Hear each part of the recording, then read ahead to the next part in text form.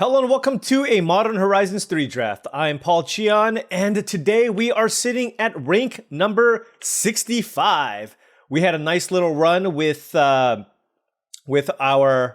Boros Energy Triple Scurry of Gremlins deck. I do think Boros is one of the best archetypes, and something that I actively seek just because I feel like the energy aggro decks tend to be a little more open than the Eldrazi decks. But we'll see what happens in this draft. Hoping to climb just a little bit more as we are now in the top 65.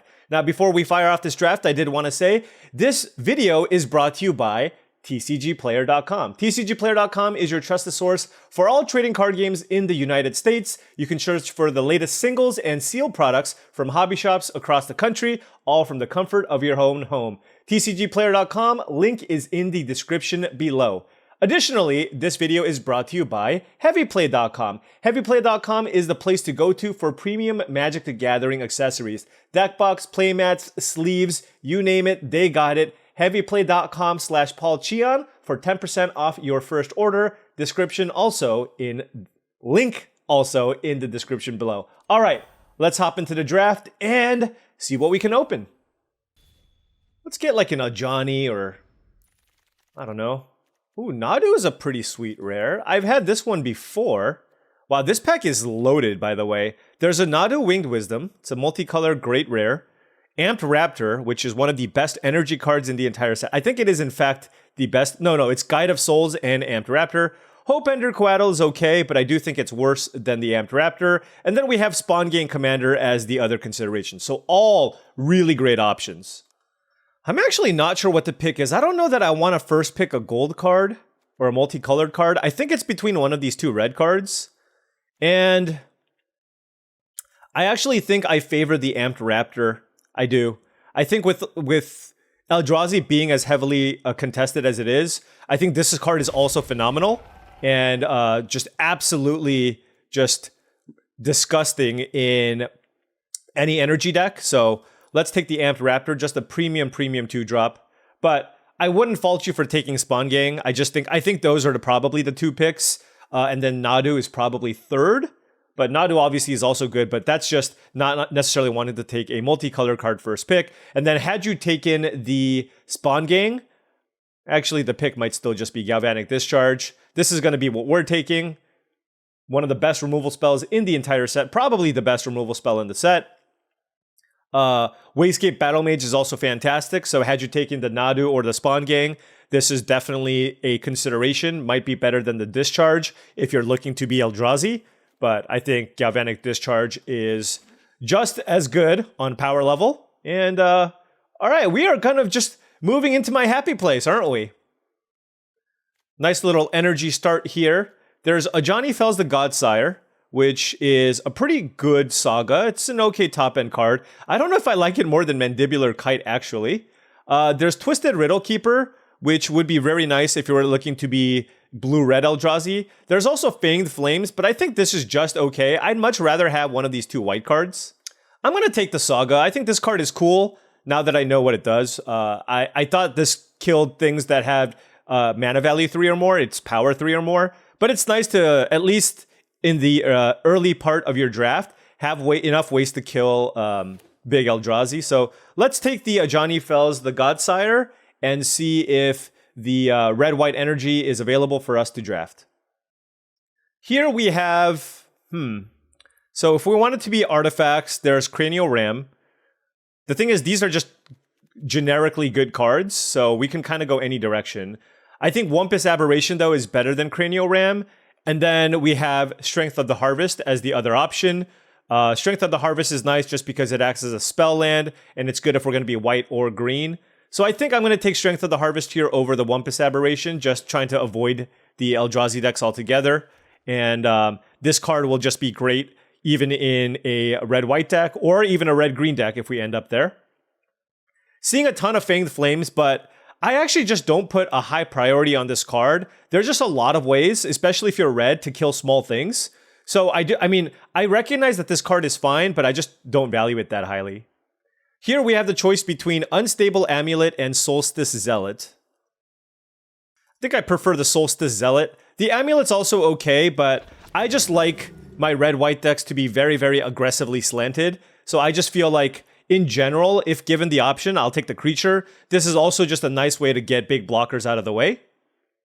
And now we have this pack, which is a lot less impressive. I guess I'll take Electrozoa if we need to pivot into a red-blue energy deck. I don't really like Wing It very much, so I just don't want to take it right there. Oh, Area Auxiliary, pick 7. People are still sleeping on this card. This is probably the best white common, or one of the best white commons, and you still often see it very, very late. So very, very happy to pick it up here. And now we have this. Not really much of a Rose-Cut Knight deck. I don't know. Maybe we can go full-on Jeskai. I don't know. I guess I could take the Cyclops Superconductor just in case that energy archetype is available and just see where things go. Because, oh wow, that's a 9th pick Riddlegate Gargoyle. So I will take this. And now it looks like we're taking the white cards. Now keep in mind, we first picked the Amped Raptor and we took a discharge. And red kind of dried up afterwards. And it's not crazy to consider splashing these red cards. They're both good in the late game as well. So let's take the Riddlegate Gargoyle and just kind of see where the packs take us. Here we have the choice between the Unicorn and the Guardian of the Forgotten. I'm not really modifying my creatures too much here. So I actually think I'd rather just have a nice 2-drop to go into my deck and see what we can do from this. I don't like Utter Insignificance as much if I don't have colorless mana to exile. So I'll just take a Jolted Awake here, although I don't know if I'm going to play it. And we'll take Unfathomable Truth. So it does seem like red is getting cut off here. Oh, granted, that's not true. I passed 1,000,000 Fanged Flames, right? I passed 1,000,000 Fanged Flames. So that's also on me. Just because I was prioritizing creatures over it. So we could be any direction here. We're going to try our best to stay flexible. We'll note that I am extremely unlikely to be straight blue-red. So we're either going to be blue-white splash red or red-white, most likely. Oh, the Amulet tabled. Okay. So perhaps red-white energy is still up for grabs here. This is 7 cards here that I'm reasonably happy with. And as far as blue cards go that produce energy, the Riddlegate Gargoyle is the only card here that stands out. So I'd rather be red-white if it's possible, but we'll see where the packs take us. And now we have a pack with 0 red or white energy cards. Bunch of great uncommons. The Wombat, the Altasaur, Marionette Apprentice, all great. But for us, I'm not first picking a Molten Gatekeeper, so I guess I'll take Royal Cartographer and keep my options open because maybe I can end up in some kind of a Jeskai energy deck. We'll see.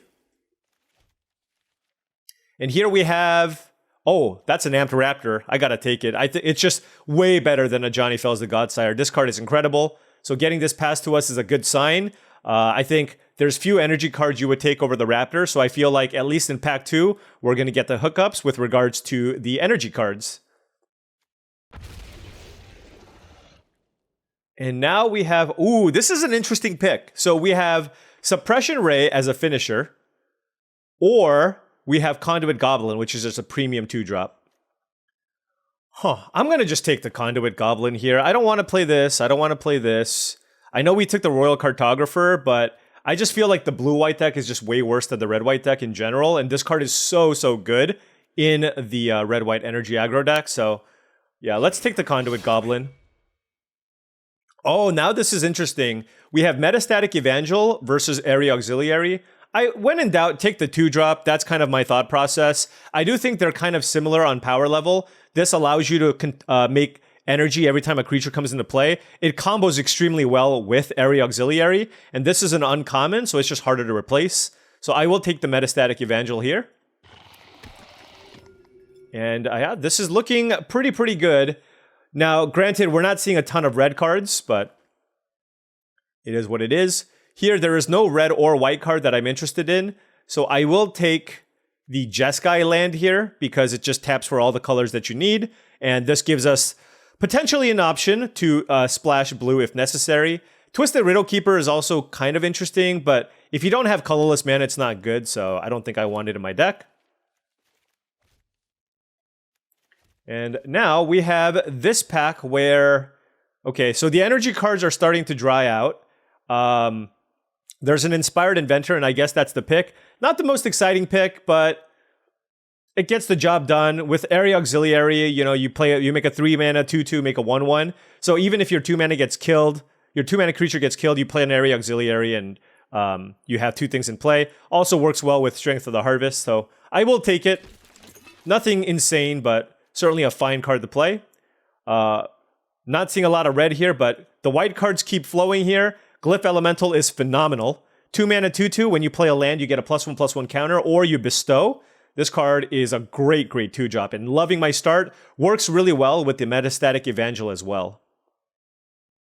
Good pack, though. Look at this pack. Tune to Narrative, Glimpse the Impossible, Nightshade Dryad. This pack just has 5 cards you're reasonably happy playing.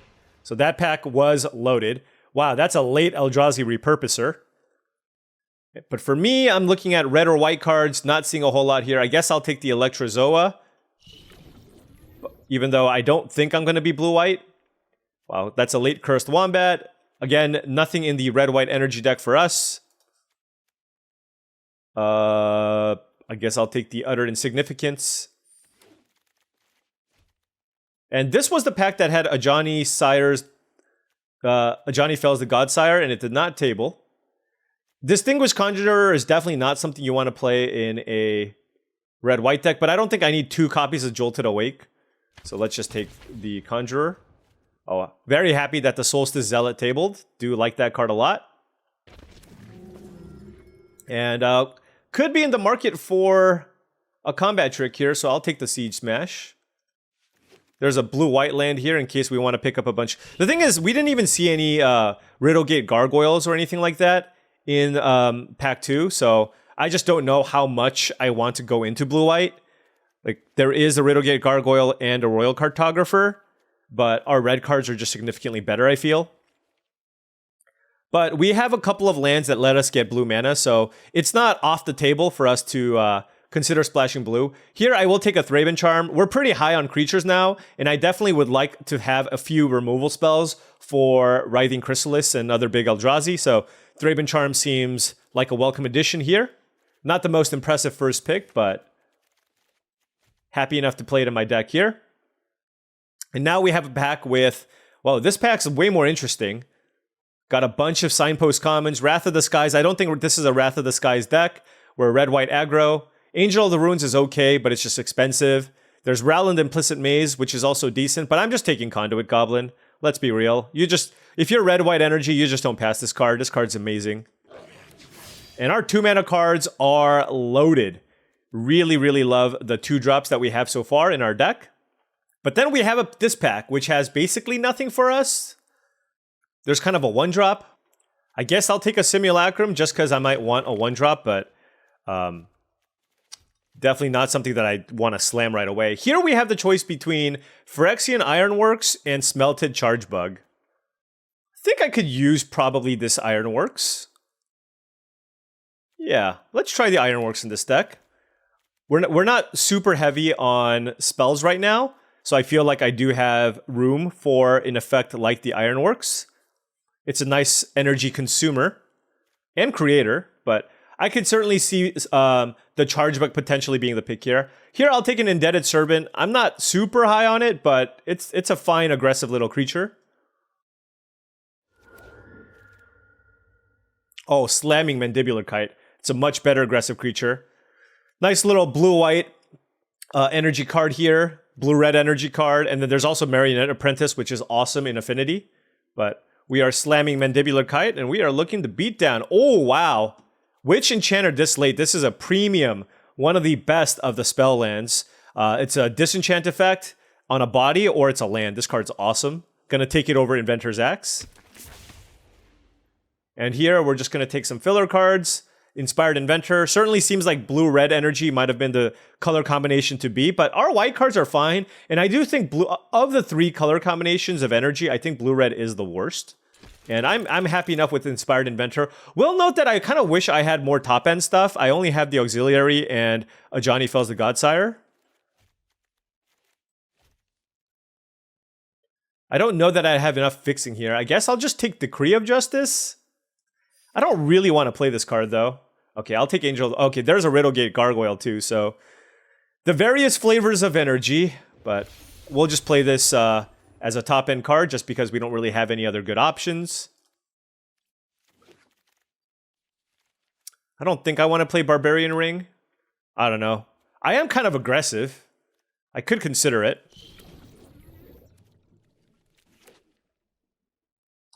Alright, another red-white energy deck. I'm just a sucker for this, even though this is not necessarily the most impressive version of it. Should I try the Barbarian Ring? I don't... It's just... In an aggressive deck, the damage doesn't matter as much. But even then, it still hurts. Okay, let's clean this up.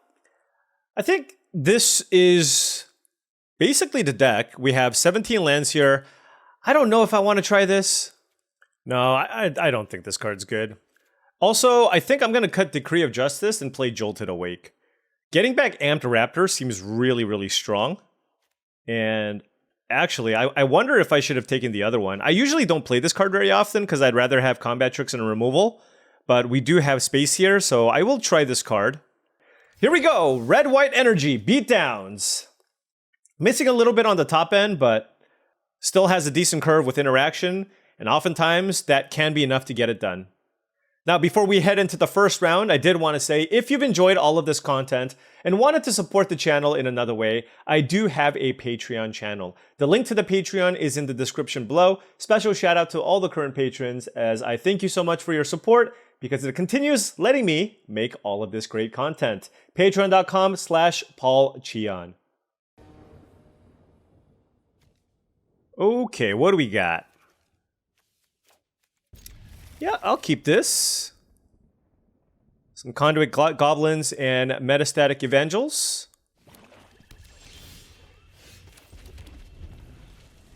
Curious what I should play turn 2. On the draw, the thing is, none of these creatures are likely going to be able to connect. But I'll play Conduit Goblin.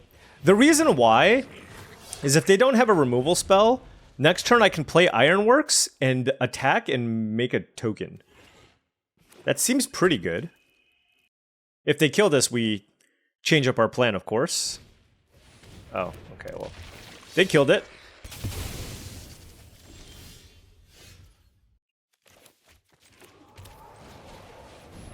I'm going to play the Ironworks because I can make energy and give the token haste. Yeah, I think this... Oh, I don't have a second white source. That's the end. Yeah. Thought-Knot Seer? What? Really? I'm getting a Rakdos Thought-Knot Seared. Okay. What the heck? What the actual heck? Alright, Plains here would be pretty nice. There's the Witch Enchanter. But I feel like I should save this against a red-black deck.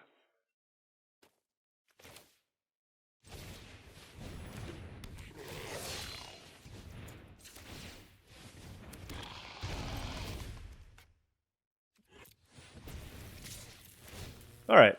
That's not bad. And then let's play the land. I'm gonna go fetch a Plains here. Alright, so they're some kind of Jundi deck. Okay. So then maybe the Witch Enchanter is not insane, but I think I'm gonna hold on to it for now. If they play like a Path of Annihilation, it's a nice... Oh. Yep. Or they can just play Writhing Chrysalis.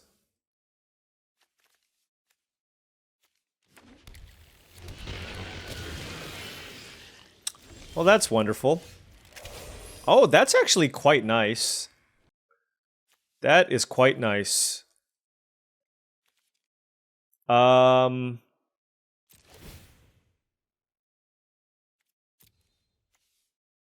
a 4/5? Yeah, this is perfect.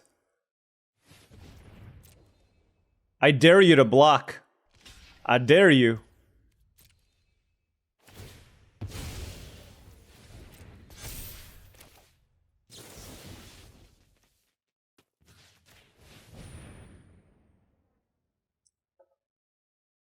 It's got split second. Boom. We killed the Writhing Chrysalis. Yes.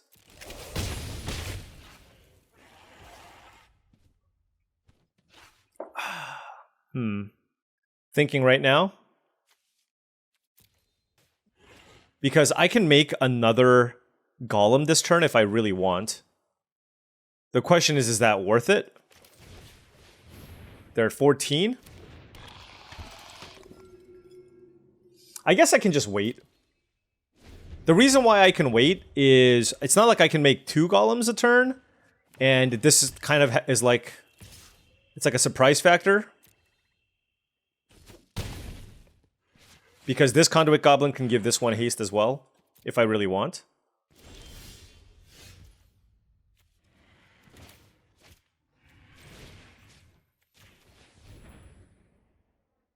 What you got for me?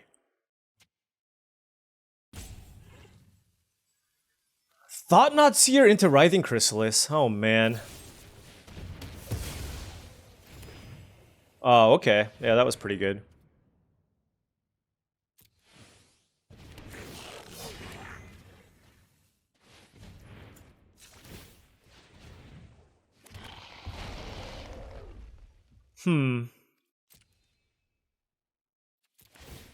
Certainly want to give this haste. I only have 1 energy, so...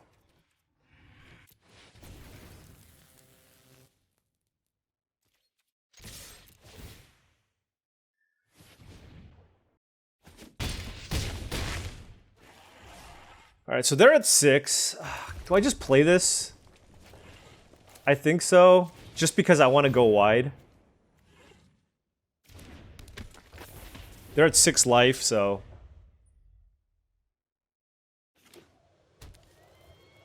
They have access to 8 mana here. It's going to be close. If they have something big to play, we're just kind of running our creatures into them. Wow, that's just a wild attack.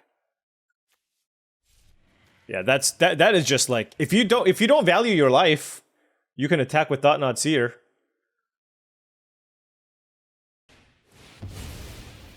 Oh, I see. Because they had access to so much life gain, that's kind of why they decided to go for that.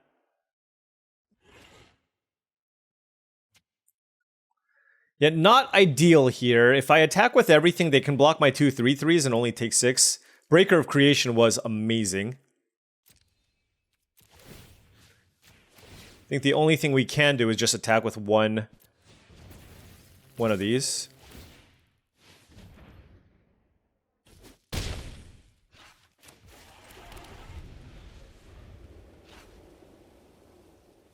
Yeah, Breaker of Creation is very, very nice.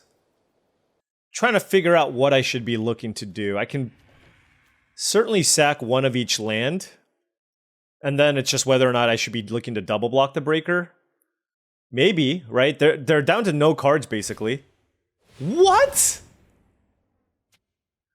Alright, whatever.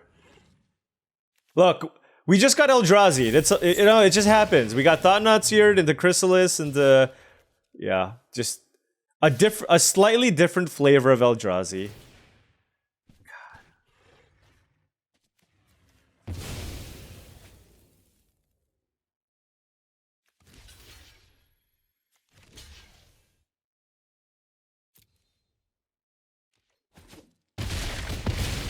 Wow. Did they top deck that? Did they top deck that? Man, I don't even know. Oh, well, that's frustrating.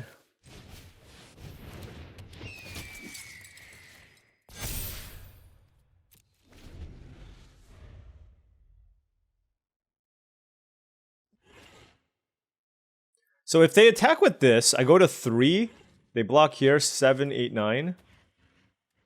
3, 4, 5, 6, 7, 8. Oh, I should have put a counter on the Enchanter instead of here.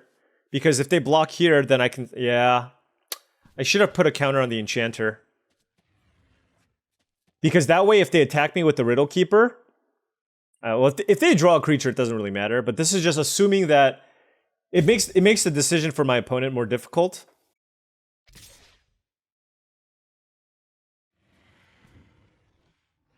Yeah, that was bad.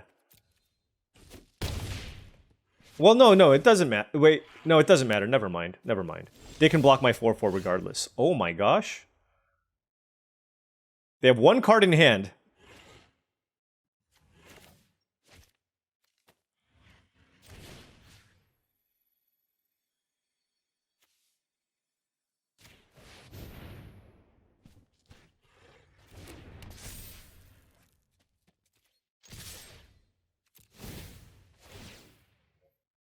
Well, if they have nothing, we win.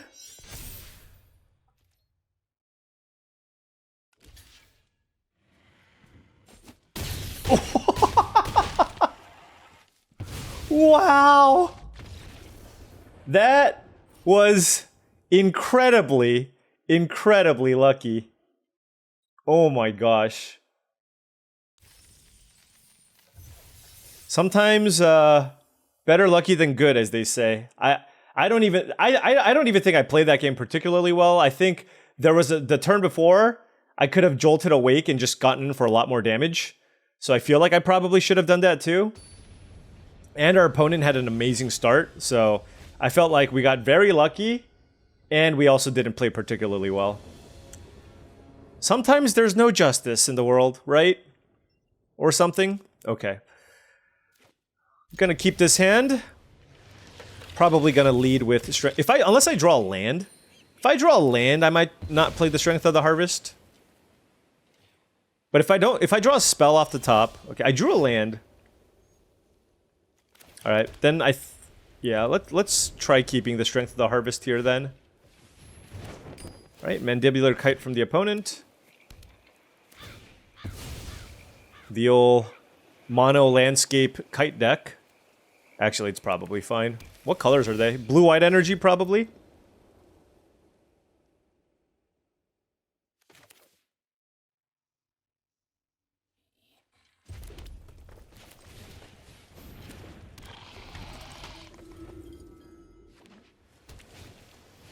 Wait.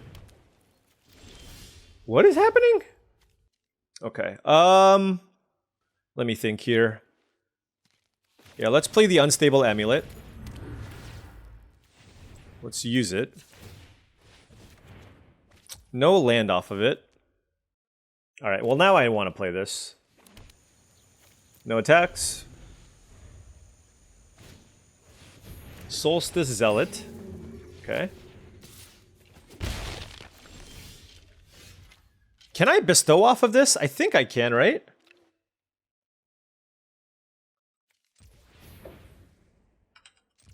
The question is, what do I want to bestow? The Evangel or the Simulacrum? Oh, I just realized I don't actually have a way to generate energy. So I miss out on the proliferate value on that.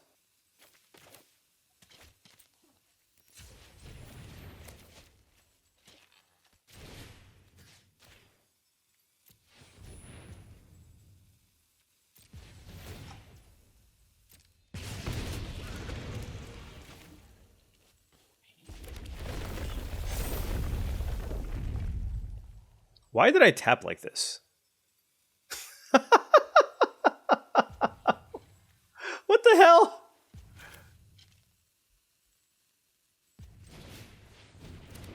I guess, well, my thought process was I wanted to use, my thought process there was I wanted to use, the Unicorn to bestow, but I don't know if that was right. Oh, that's a good sign for us.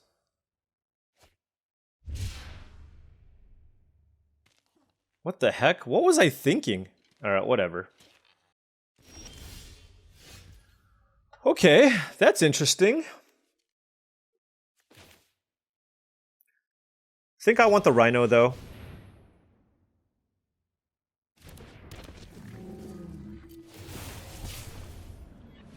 Energy, proliferate. Activate. Ooh, land.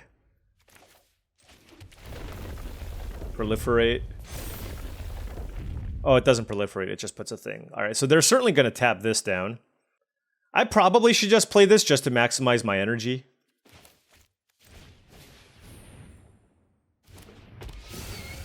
And just build out my board. Alright, well they're... What?! Okay. They really didn't want to use their energy, huh? Maybe they have a stasis thing.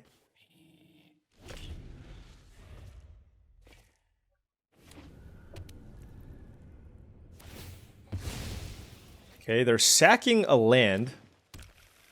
What does that do?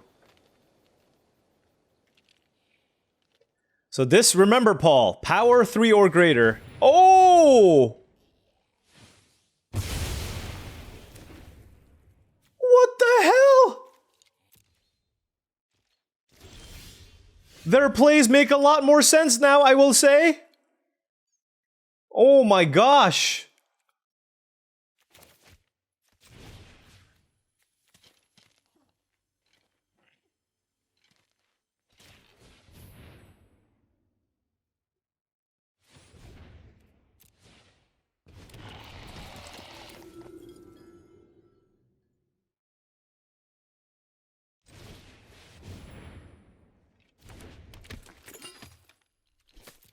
I feel like I need to put a +1/+1 counter on something. And then proliferate. We'll put it on the inventor.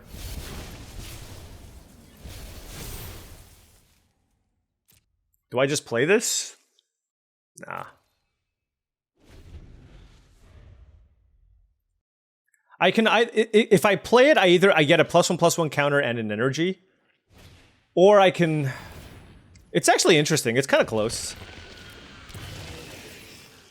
Wow, that Wrath was incredible.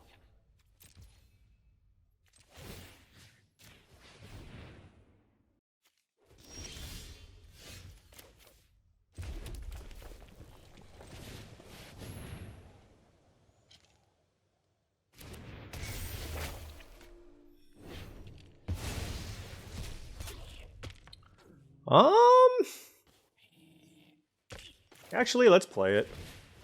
Maybe I should have played it last turn. I wasn't entirely sure. I feel like an energy plus... Oh, I can do this! I didn't even think about that!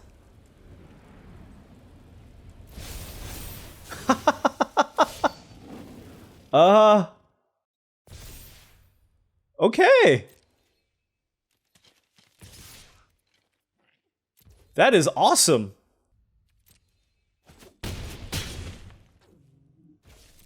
Alright, they're at 6 life. Let's see what they can do with the Kozilek's Unsealing here. I get to give something double strike next turn too? I just forgot that you can proliferate onto sagas. That's just not even a thing I considered.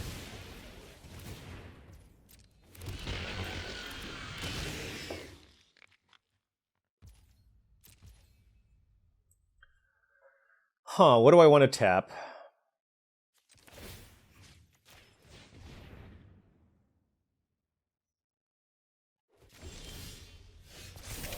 Alright, what do I want to give double strike?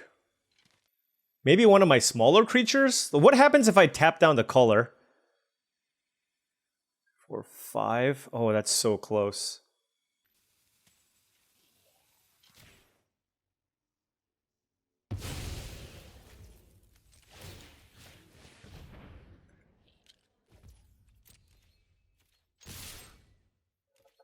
This just forces the spawn to get chumped.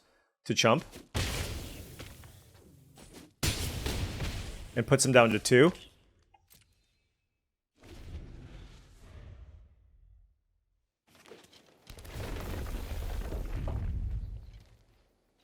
So, they're gonna... I mean, the thing is with this card, they could... Oh my gosh.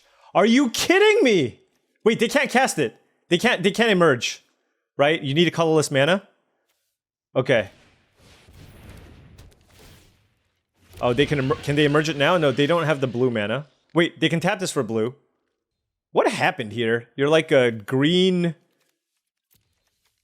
white energy Eldrazi. Well, I don't know what happened.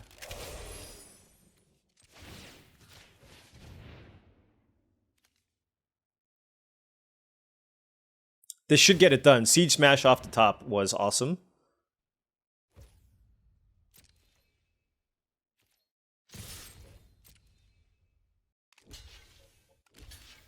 Okay, well, clearly they're going to have something for my Evangel. What can they have?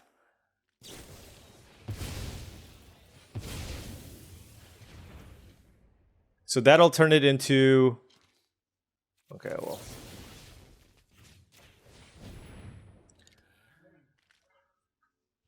Siege Smash for the win. Yet another top deck. Oh man, look at us just playing against all these Eldrazi decks. And getting lucky. Getting lucky. Can he keep it going? Can he? I sure hope so. Oh, the tickets! The tickets get me every time. Can we turn these tickets off? Is there a button I can press? Okay, on the play here. It's got a lot of cheap things. This is interesting.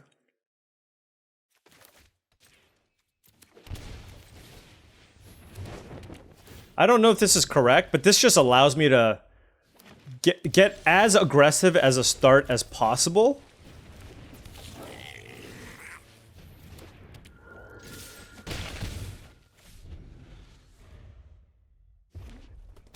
Problem is if they just play like a 2-2, I'm just in trouble. Okay.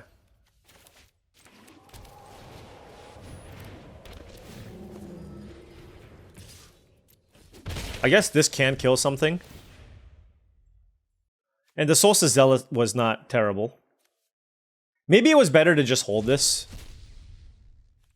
Royal Cartographer. Can't cast that. Alright. They got a blue source. Royal Cartographer doesn't seem very good in the Teamer colors. I guess if you're like a blue-red base, they could be a blue-red deck. Splashing green for Writhing Chrysalis. Because everybody does that. Yep.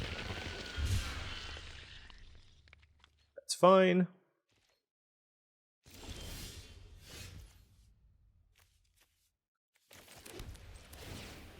Kill this.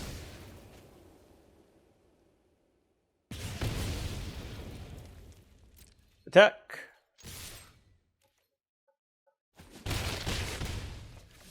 And then we have a tapper with 2 energy and then also Thraben Charm. So can kill something. Incoming. I called it. I sure called it.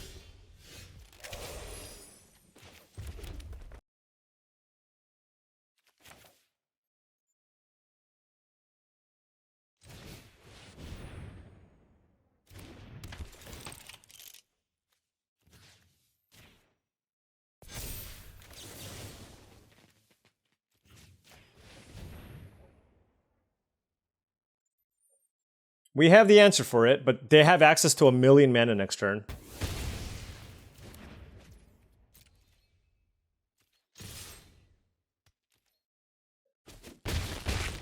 So I feel like our best route to victory here is to use the evasion provided by the kite to get in for the last few points of damage, but...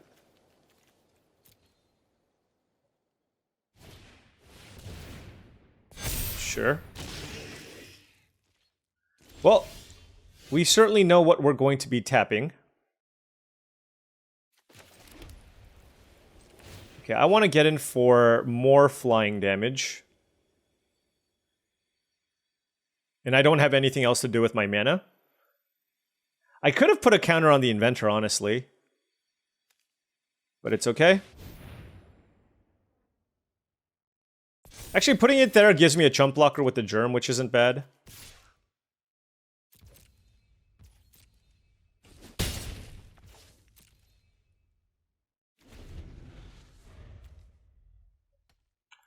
Let's full control this and tap down the Vanguard.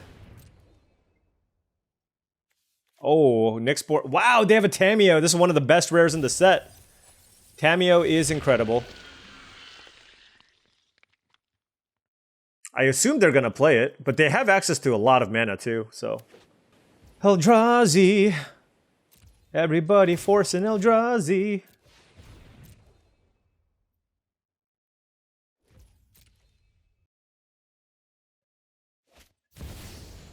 Tamiyo down. be in the library. They have 3 more cards in hand. Man, they've just played all premium cards. That is what happens when you draft green. When you have green, though.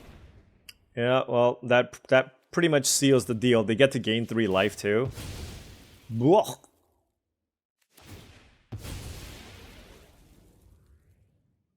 Oh, you're showing me what's up by sacking your land in response to my sack, huh?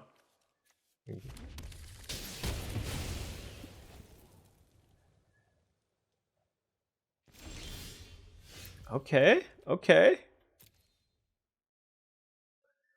So what does that do?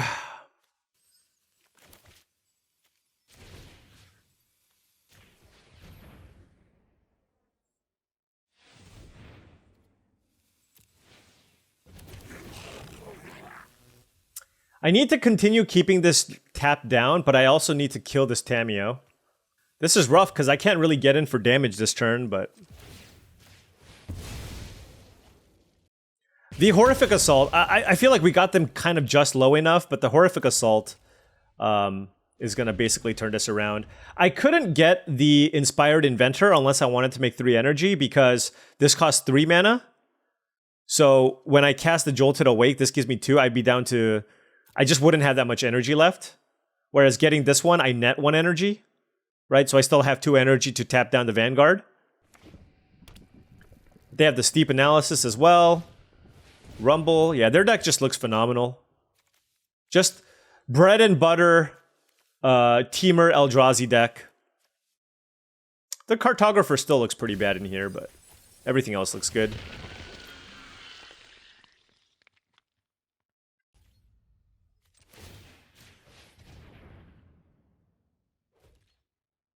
I would love for them to attack so I can block with this Indebted Spirit.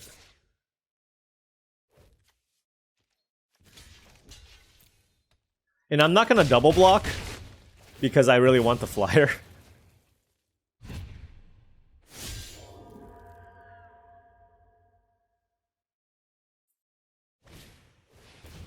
Okay. Why didn't they do that first and attack me?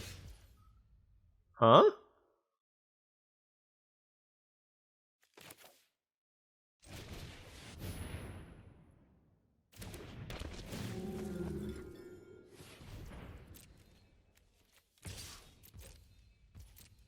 One damage at a time! 1 damage at a time.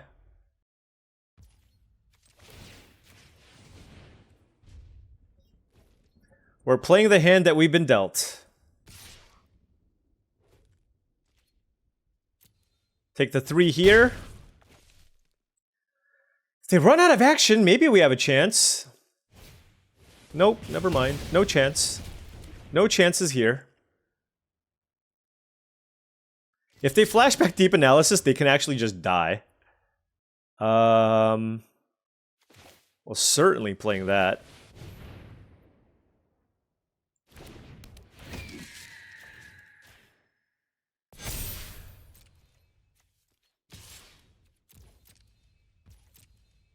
Okay. I mean, that was a good draw. Are we gonna... Oh, that's Desperation Deep Analysis. I'm just gonna tap this now, in case they draw the Hexproof card. Alright, they're at 2 life and I have 2 lethal flyers. Unless they can gain life, this is gonna be kind of tough. They played a land. They have 3 cards, infinite mana. How are we doing this?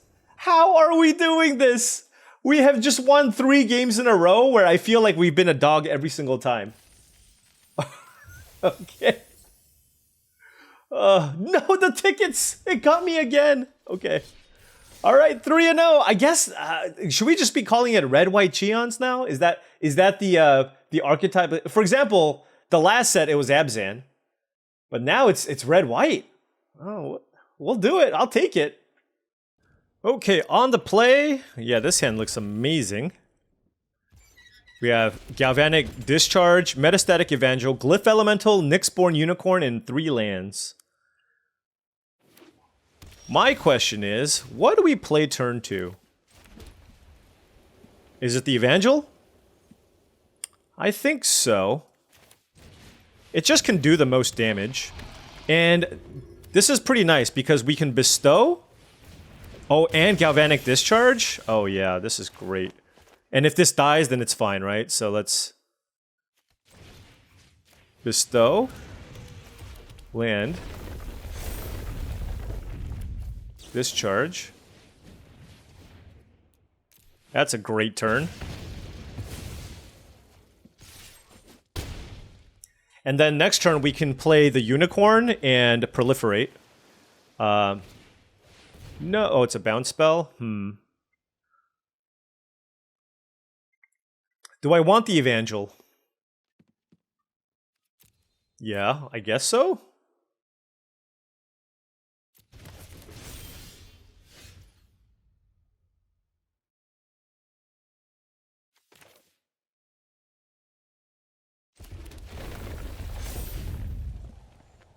So 4/4.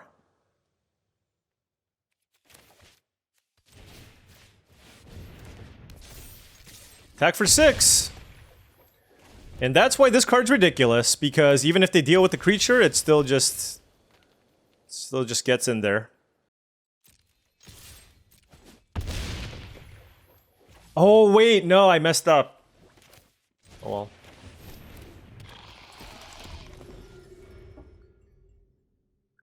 I should have cycled and played a land. But I attack first. Do I cycle now? Probably. That was kind of a mistake though, admittedly. Oh. Well, might as well play that, right?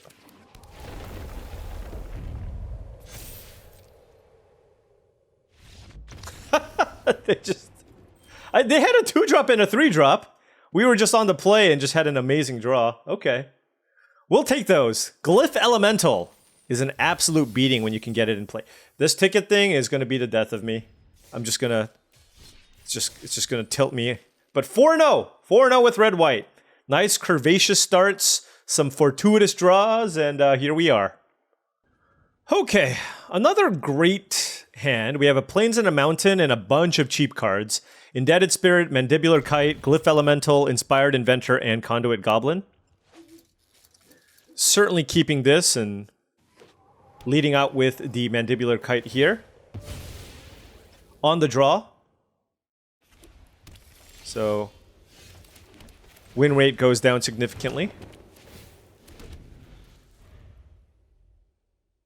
What do I play turn 2? I don't think I bestow. It's probably just Conduit Goblin. But no point playing it now because I'm not going to use the energy to get an extra point of damage in with the Germ. And it can't target itself, so... Plains was actually a really good draw. Of course, it just depends on what they do, but...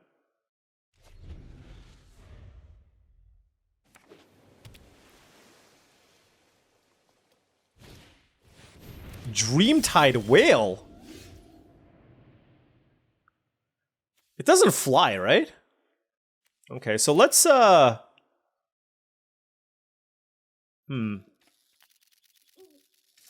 gonna bestow this onto my flyer. Then I'm gonna play this. Then I'm gonna play this as a chump blocker for the whale. Oh!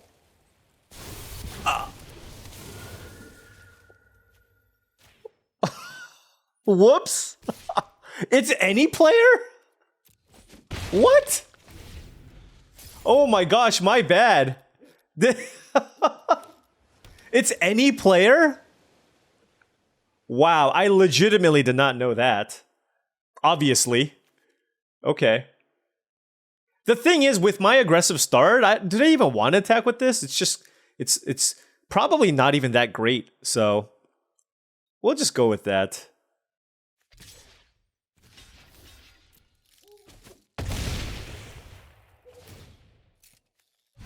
It's whenever any player. I didn't know. I thought for sure that was just for your own stuff, right?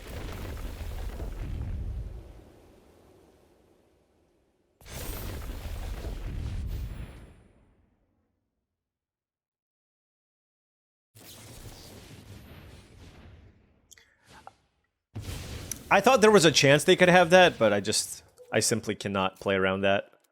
I just gotta keep getting in as much damage as I can. Wow, what a turn. Okay, well, we might be in some trouble here now. They were able to go Ether Spike my 4-drop and Discharge. That is amazing.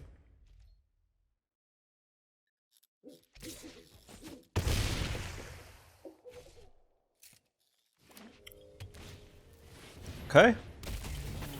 I think I'm gonna make a chump blocker here to be... Oh, wait. Wait.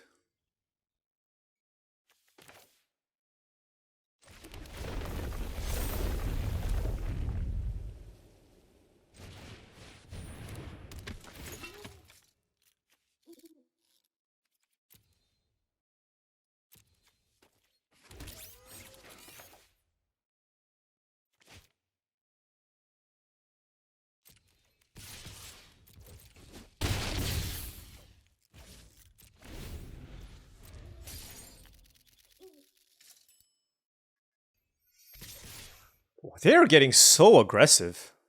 It's pretty nuts.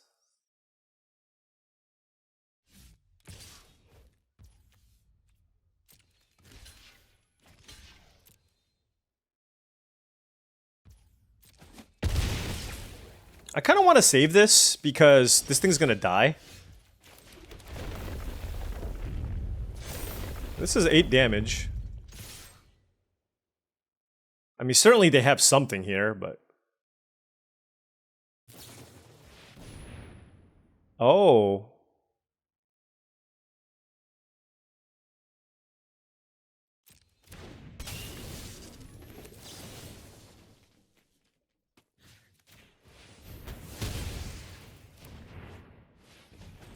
All right.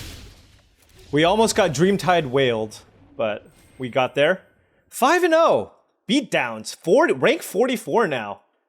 Good run here with another Boros deck. Again, this deck doesn't look insane. And also we have... Oh my gosh.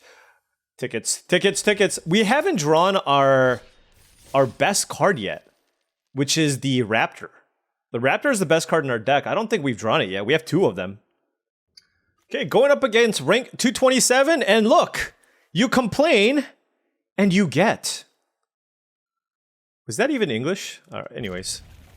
I will keep this hand. We have Indebted Spirit into Amped Raptor and Unstable Amulet.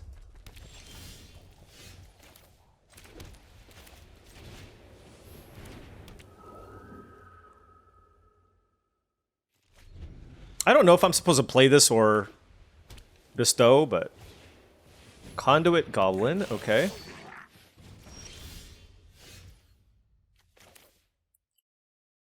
I feel like I need to wait on the Raptor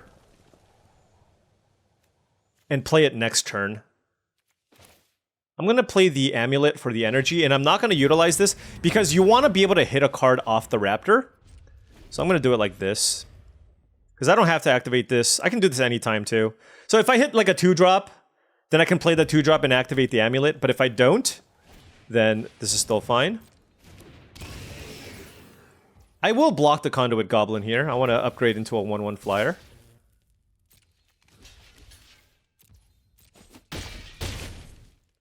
But they have a nice little aggressive start. Okay. Let's get the Raptor going. Stabilize the board maybe. Okay, Inspired Inventor. What's on the battlefield? So the question here is, what do we want to do? Do I want to make a 1/1? Do I want to generate energy to get value off the Unstable Amulet? Do I want to put a +1/+1 counter on the Amped Raptor? That also doesn't seem terrible. It kind of forces them to have a combat trick or a removal effect. Otherwise, this Precursor is going to keep getting in for a lot. It's a tough choice. They're all good options.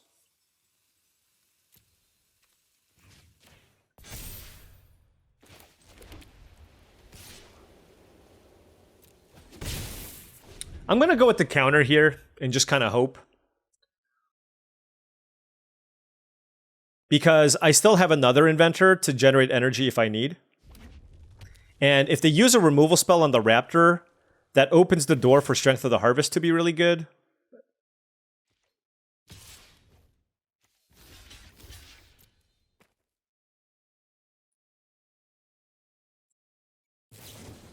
Yeah, whatever.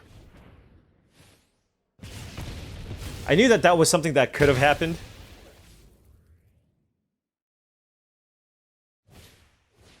Okay.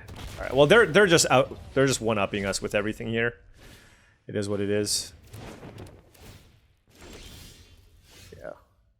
This is savage. Like, I don't even know what to do. I could have just taken the damage, I guess. Yeah, that was just a total blowout. That one's on me. All right, let's generate some energy here. Activate this. Okay. Let's play a land and keep things back. Gotta try our best to stabilize from this spot. Not gonna be easy. It's just so likely they have a combat trick. That was a horrible block. Because it has menace. And maybe for that reason, I need to be not putting a +1/+1 counter there. I think given that they had the discharge, this was going to be a very tough game to win anyways, but...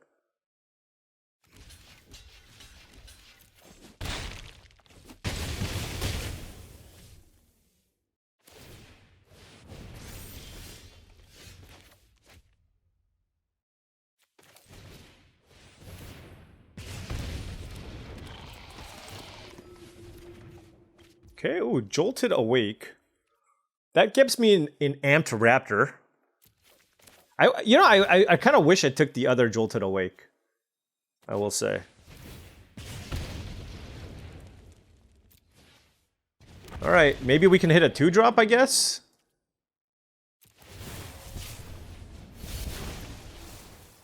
Oh, 3-drop, right. Oh, you have to cast it from your hand. See, I'm just learning little things here. Oh, man.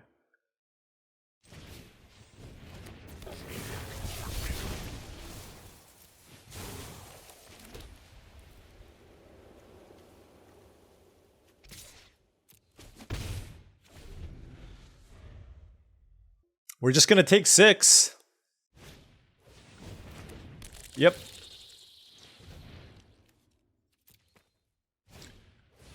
Okay. Well, we gained some life.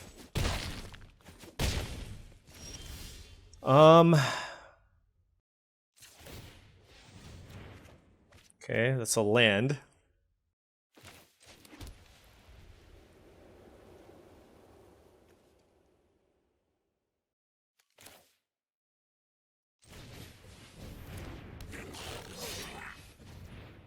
I have 4 mana. That's an artifact. It gives something menace, but everything already has menace. If I cast this, it gives +4/+0. I can put that on the Amped Raptor and then double block.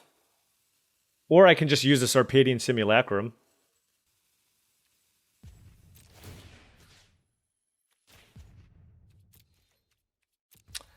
I feel like I want to use the Simulacrum.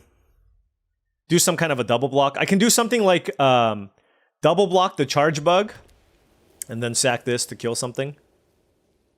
Or I can just throw the Raptor away and put the Raptor and the Conduit Goblin in front of the Charge Bug, offer the trade with the Raptor and the Charge Bug, and then use the Simulacrum to kill something.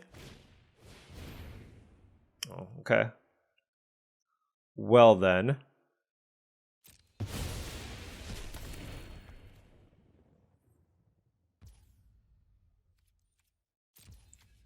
In that case, I think I'm just going to kill the 3/3.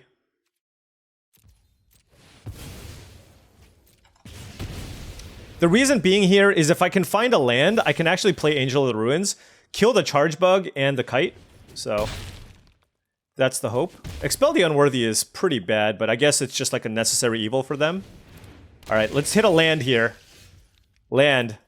Land? Perfect. Hopefully this is enough to get us back into the game. Certainly keeping the Amped Raptor back. Okay.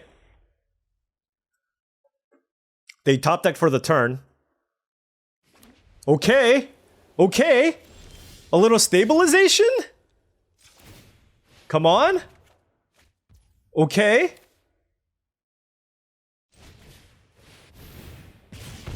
Void Pouncer down? Attack for 5?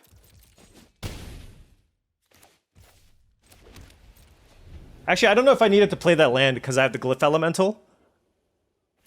Oh my gosh. We are doing it. What a comeback. What a comeback. Look at that. I'm like playing poorly and still coming back from this. This is ridiculous. Oh, yes. Yes, please. Vigilance counter. Activate.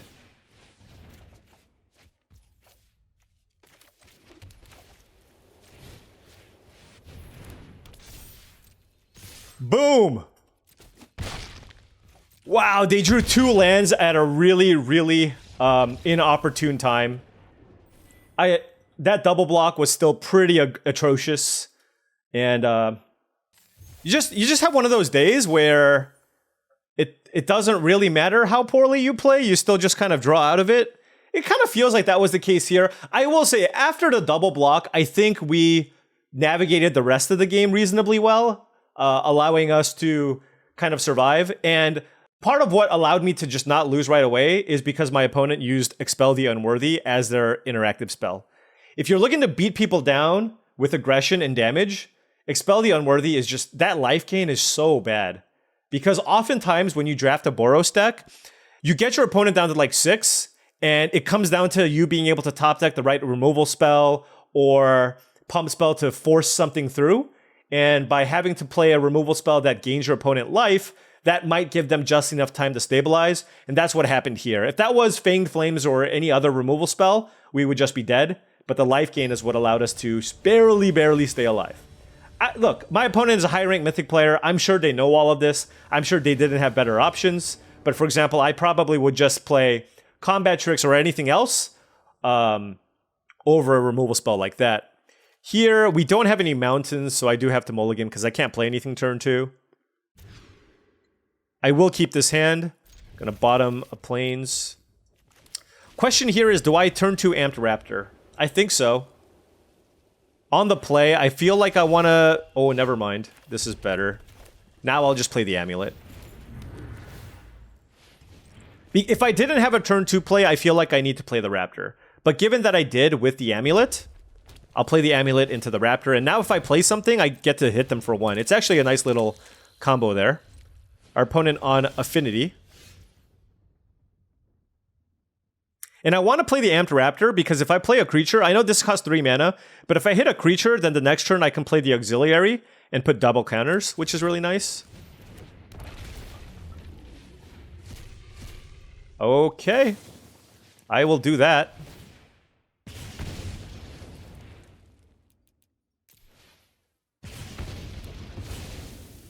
All right, let's activate this. And that is a... Ho, ho, ho! That's really good against Affinity, I'm just going to say.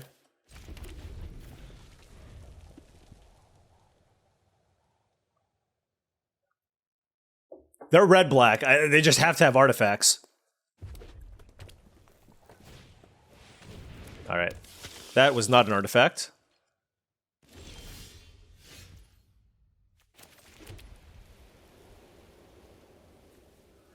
Yeah, let's play...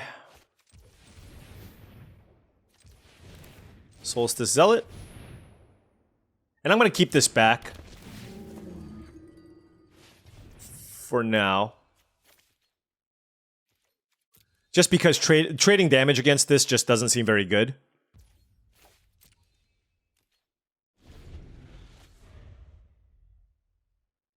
This thing has First Strike too, so if they adapt this, I can still just eat it.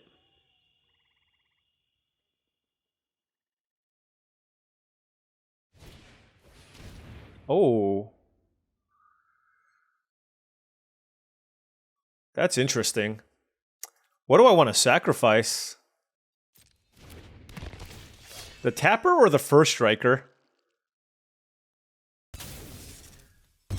I think I have other things I want to do with my energy. Especially with the unstable amulet. But yeah, I guess this... The fact that they weren't able to play a 2-mana interactive spell and pump this is like really, really unfortunate. Right? They needed to have a 2-mana effect there. So, it is what it is.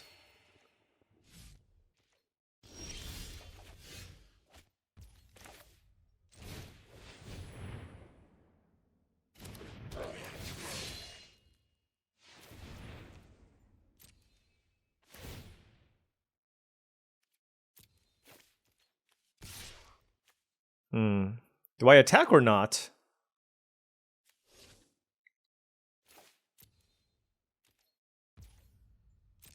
I guess I had Siege Smash Up. I should have attacked.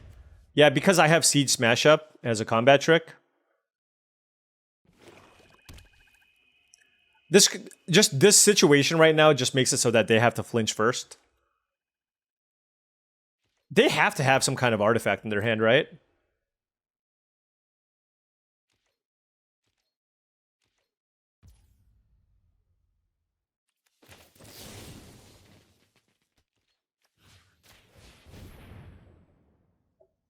I have two.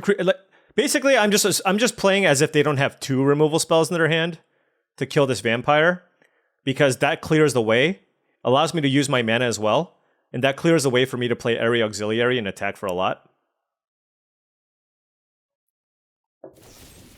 Oh, come on. Come on. No shot. Okay. I was gonna be so sad.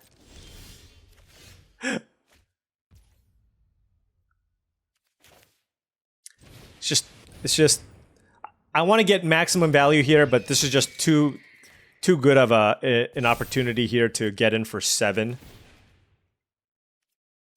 I will use an energy to get in for 4 damage.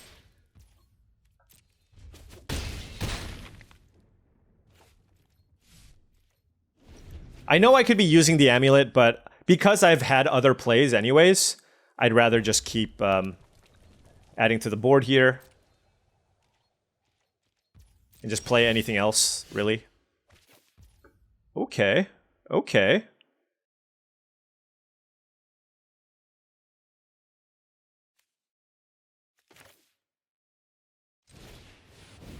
I'm gonna make a servo.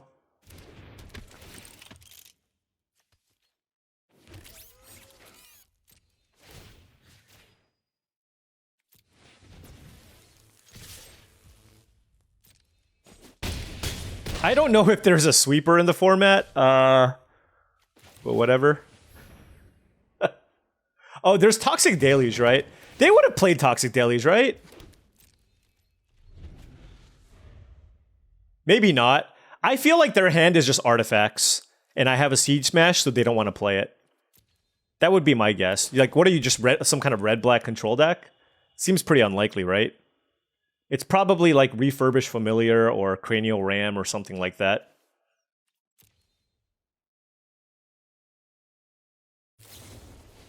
Okay, Wither and Bloom.